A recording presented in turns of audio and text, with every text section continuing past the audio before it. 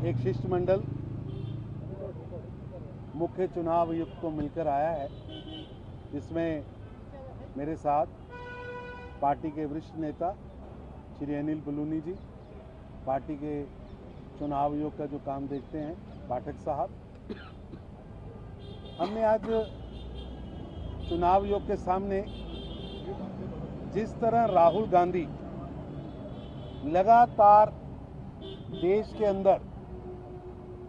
भाषा एवं प्रांत के नाम पर लड़ाने का षड्यंत्र रच रहे हैं, उसके बारे में हमने उनको शिकायत की है। हमने चुनाव आयोग से कहा है कि ये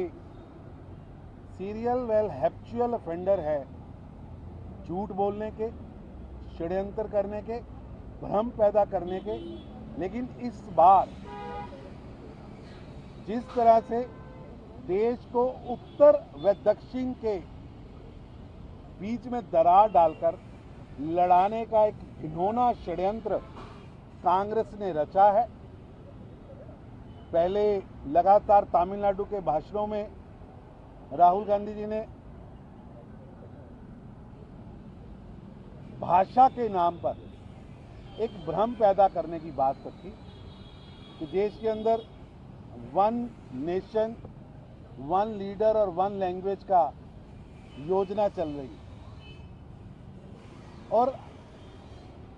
हमने उसकी शिकायत भी की थी। लेकिन फिर उसके बाद लगातार, चाहे वो केरल गए हों, चाहे वो तमिलनाडु गए हों, उन्होंने अपने भाषणों में पूरा प्रयास किया है उत्तर व दक्षिण की लड़ाई के लिए। उन्होंने पूरा प्रयास किया है भाषा के नाम पर, प्रांत के नाम पर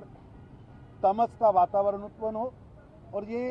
देश दोबारा 60 और 70 के भाषाई और प्रांतीय झगड़े में उलझ जाए। देश तरक्की कर रहा है, लेकिन राहुल गांधी जी देश को टुकड़ों में बांटने की,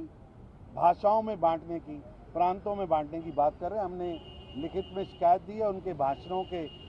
लिंक्स दिए हैं और कठोर कार्रवाई की मांग की, क्योंकि भारतीय जनता पार्टी सभी भाषाओं का सम्मान करती है और हमें गर्व है कि तमिल भाषा भारत की वो भाषा है जो विश्व की सबसे प्राचीन भाषा है और देश की सभी भाषाओं के लिए हमारी वचनबद्धता है। और हमारे घोषणा पत्र में तमिल भाषा के विकास के लिए, दुनिया की सबसे प्राचीन भाषा के, दुनिया की सबसे साइंटिफिक भाषा के लिए वचनबद्धता भी दोहराई गई। लेकिन राहुल गांधी जी का कृत्य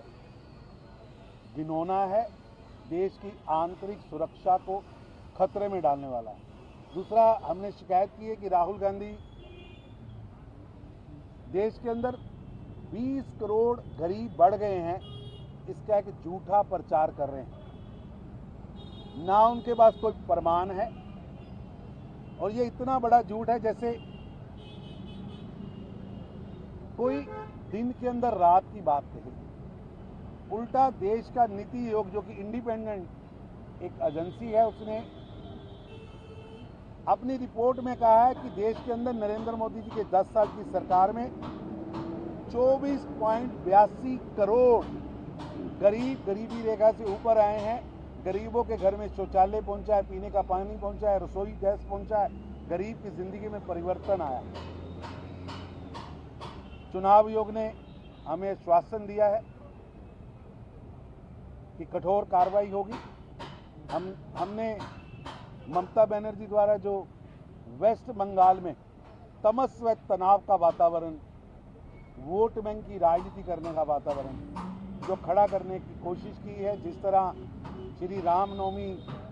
को टारगेट करके उन्होंने बयान दिए हैं, जिस तरह उन्होंने एक धार्मिक कार्यक्रम में स्टेज का दुरुपयोग किया और स्टेज के दुरुपयोग में धमकियां दी हैं, उस सब का भी जिक्र किया। और जैसे वेस्ट बंगाल की सरकार डायमंड हार्बर की घटना हो कि जिन पर हिंसा हुई उन पर ही 307 के पर्चे हुए और जिन्होंने हिंसा की वो खुलेआम घूम रहे हैं। और हमने चुनाव आयोग से निवेदन किया है कि जिस तरह विधानसभा चुनाव में लगभग पोस्ट पोल अलायंस में 17,000 घटनाएं हिंसा की बंगाल में नोट हुई थी, क्रिमिनल घटनाएं नोट हुई थी, हत्याएं नोट हुई थी, बलात्कार नोट हुए थे। कहीं वो दोबारा ना हो, इसलिए बंगाल की सरकार पर कठोर कार्रवाई की जाए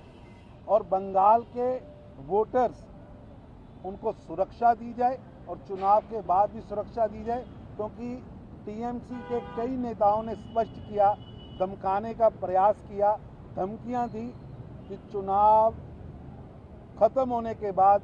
उनकी पुलिस और उनके गुंडे क्या करेंगे, ये वोटर को डराने की कोशिश की है। आज ये विषय हम लेके गए हैं और इलेक्शन कमीशन ने हमारे शिष्टमंडल को ये आश्वासन दिया है कि कानून संगत कार्य होगा और कठोर कार्रवाई चुनाव आयोग के नियमों के अनुसार इन पर की जाए। कोई सवाल तो नहीं भाई? सर कांग्रेस पार्टी ने आरोप लगाया, शिकायत भी की है